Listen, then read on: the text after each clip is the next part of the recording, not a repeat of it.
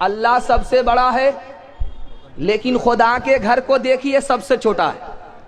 اللہ کتنا بڑا ہے اور اس کا گھر آپ نے دیکھا ہے خانہ کعبہ کتنا چھوٹا ہے؟ جانتے ہیں کیوں اللہ اتنا بڑا، اللہ کا گھر اتنا چھوٹا؟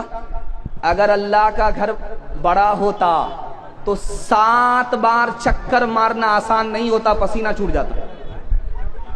اللہ نے بڑا ہونے کے باوجود اپنا گھر چھوٹا رکھا تاکہ میرے بندے کو پریشانی کا سامنا نہ ہو، جلدی سے اس کا طواف مکمل ہو جائے۔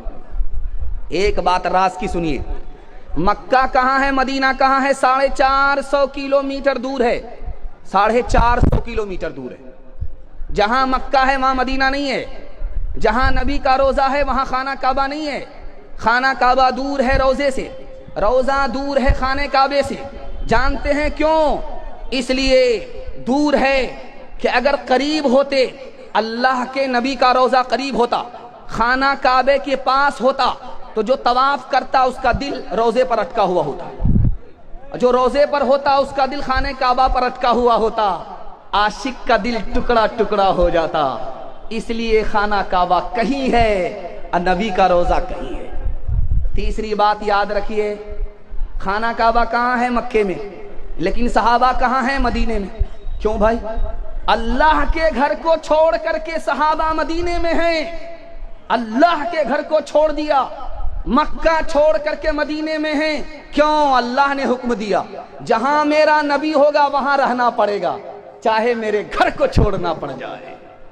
ایک خاص بات یاد رکھیے، آپ کا دل بہت مضبوط ہوگا۔ معراج میں جو نبی گئے تو خانہ نبی سے ملاقات ہوئی تو دیکھا ابراہیم علیہ السلام درخت سے ٹیک لگا کر کے بیٹھے ہوئے۔ نبی سامنے آ گئے، کھڑے نہیں ہوئے۔ نبی سامنے بالکل قریب آ گئے، بیٹھے کے بیٹھے رہے۔ جب نبی نے سلام کیا تو ابراہیم علیہ السلام کھڑے ہوئے، مصافحہ کیا، گلے لگا دیا۔ جانتے ہیں کیوں؟ ہمارے نبی بیٹا ہوتے ہیں، ابراہیم باپ ہوتے ہیں۔ ابراہیم کو تعلیم دینا تھا ہمارے نبی کو کہ بیٹا چاہے کتنا ہی بڑا مرتبہ حاصل کر لے، باپ سے بڑا نہیں ہو سکتا۔ آخری بات سنیے، ہمارے نبی ہمارے لیے معراج سے کیا لے کر کے آئے؟ نماز لے کر کے آئے۔